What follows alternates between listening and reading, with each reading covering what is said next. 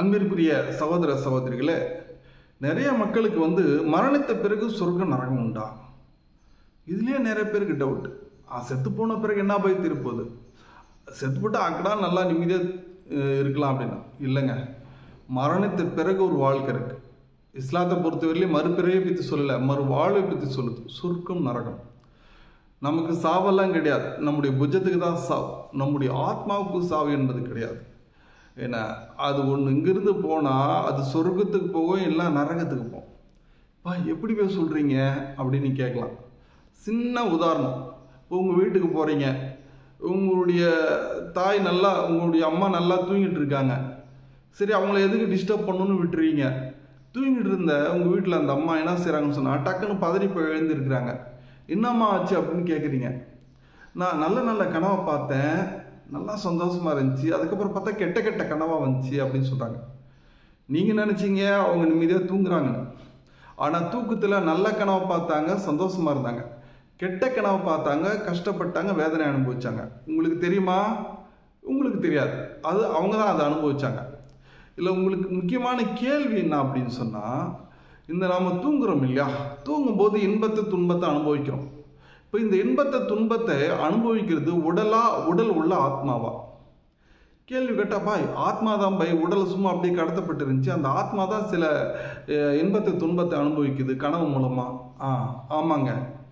இது ஒரு சின்ன ட்ரைலர் தான், சின்ன எடுத்துக்காட்டு தான். நீங்கள் மரணித்த பிறகு உங்களுடைய ஆத்மா அதுக்கு வேறொரு உடலை கொடுத்து, இந்த உடலை வேறொரு உடலை அமைச்சு ஒன்று சொர்க்கத்தில் இருக்கும், இல்லை நரகத்தில் இருக்கும். ஆகவே இறைவன் சொல்கிறான், இங்கே பாருங்க, நீங்கள் தூங்கின பிறகு உங்களுடைய ஆத்மா ஏதோ ஒரு மாய உலகத்தில் போய் சில இன்பத்தை துன்பத்தை அனுபவிக்குது.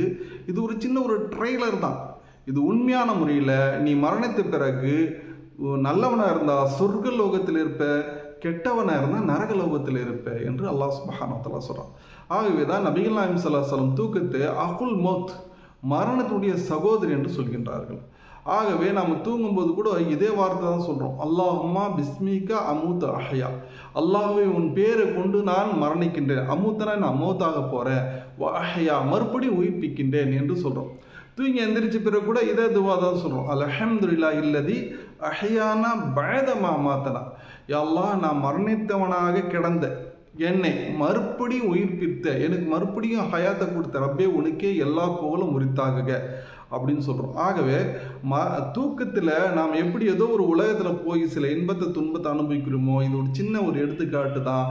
ஆனால் மரணித்த பிறகு இது உண்மையான முறையில் நல்லவராக இருந்தால் சொர்க்கத்தில் இருப்போம், கெட்டவராக இருந்தால் நரகத்தில் இருப்போம். ஆகவே அல்லாஹ்வுக்கு பயந்து நல்லதை பேணி நடந்து மறுமையில் சொர்க்கத்தை பெறக்கூடிய நல்ல மக்களாக ஆகுவதற்கு முயற்சிவோமாக. வல்ல நாயன் நம் அனைவரும் நரகத்திலிருந்து காப்பாற்றுவானாக, நம் அனைவர்களுக்கும் நல்ல புரிவானாக. வாஹிர் தாவானா அல்ஹம்துலில்லாஹி ரப்பில் ஆலமீன். அஸ்ஸலாமு அலைக்கும்.